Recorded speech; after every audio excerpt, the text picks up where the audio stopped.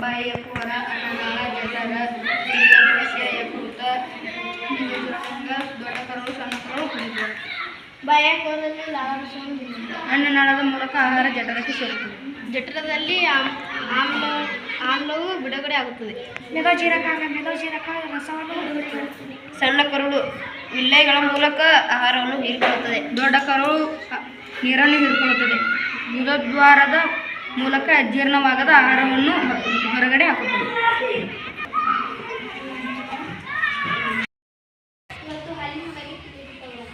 ಹಲ್ಲುಗಳಲ್ಲಿ ಎರಡು ಇದೆ, ಹಾಲು ಹಲ್ಲು ಅಥವಾ ಶಾಸ ಹಲ್ಲು.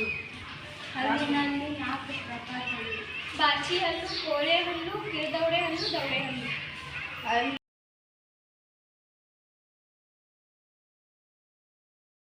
ಹಲ್ಲುಗಳು ಇದು ಬಾಚಿ ಹಲ್ಲು ಮೇಗ್ 4, ದವಡೆ ಇದು ಕಿರು ದವಡೆ ಹಲ್ಲು ಮೇಲೆರಡು ಕೆಳಗೆರಡು.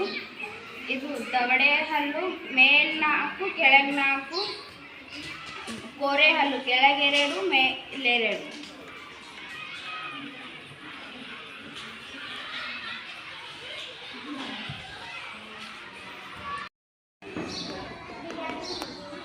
ಮಾನವನ ಜೀರ್ಣಕ್ರಿಯೆಯಲ್ಲಿ ಆಹಾರ ಹೇಗೆ ಜೀರ್ಣವಾಗುತ್ತದೆ ಎಂದು ತಿಳಿದುಕೊಳ್ಳೋಣ.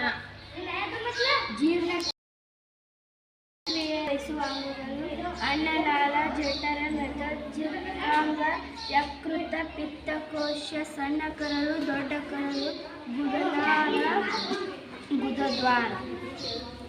ಜಠರವು ಜಯಾಕಾರದಲ್ಲಿದೆ. ಇದು ಹೈಡ್ರೋಕ್ಲೋರಿಕ್ ಆಮ್ಲವಾಗಿದೆ.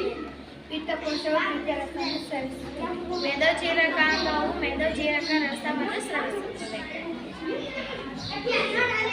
ಸಣ್ಣ ಕರಳು 7.5 ಮೀಟರ್ ಅದು ಜೀರ್ಣವಾಗಿ ಆಹಾರವನ್ನು ಹೀರಿಕೊಳ್ಳುತ್ತದೆ. ದೊಡ್ಡ ಕರುಳು ಸಣ್ಣ ಕರುಳಿಗಿಂತ ಅಗಲವಾಗಿದ್ದು 1.5 ಮೀಟರ್ ಇರುತ್ತದೆ. ಇದು ಜೀರ್ಣಗೊಳ್ಳದ ಆಹಾರದಿಂದ ನೀರನ್ನು ಹೀರಿಕೊಂಡು ಆಹಾರವನ್ನು ಗುದದ್ವಾರದಿಂದ ಹೊರಗೆ ಬಿಡುತ್ತದೆ.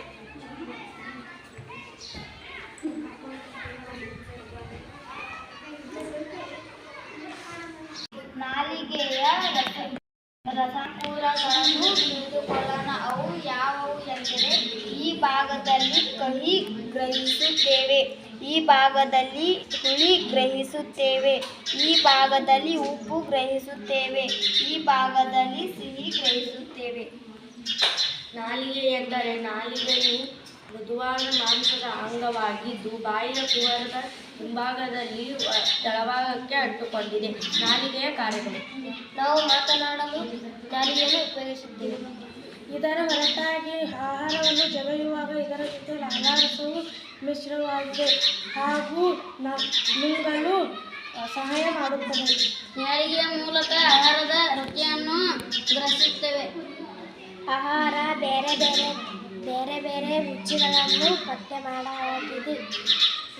ರಸಾಂಕುರಗಳನ್ನು ನಾಲಿಗೆಯಲ್ಲಿ